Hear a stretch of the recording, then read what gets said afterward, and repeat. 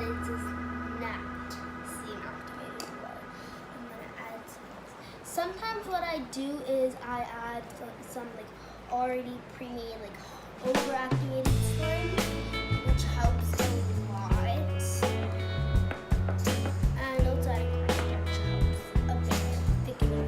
So yeah, I got some pre-made overactivated slime here with me.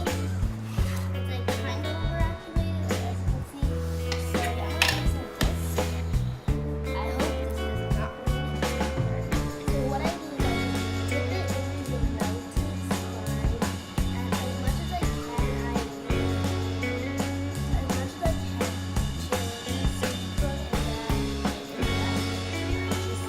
soften it up.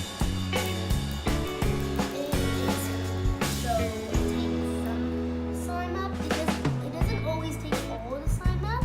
This is how I did it. I was able to make a from it a better slime that I've shown you. But this time I feel like more too. Because like you just have to mix it in really properly for it to more. As you can see, this slime that I was mixing with it is still good. And by the way, guys, this is only one tomato. It's like not a good color right now, guys. I did not like this color. It's like a really dark green. But I think this pink is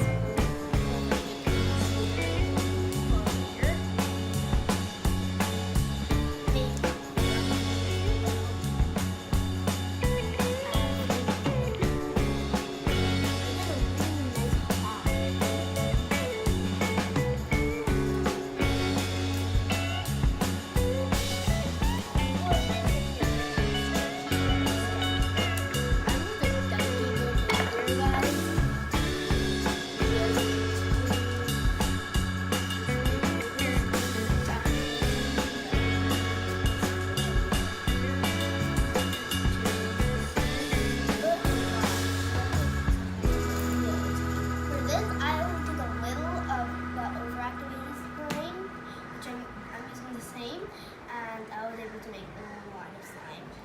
The whole slime, actually. So now I'm gonna go crazy and take loads. Things that are not good for messy like this. Though it's not getting really sticky, the slime's not getting sticky, it's getting so stretchy. It's not getting any stickier because the activator is that this, but it's not in that activator. But it's still in the activator to keep it slowing without sticking.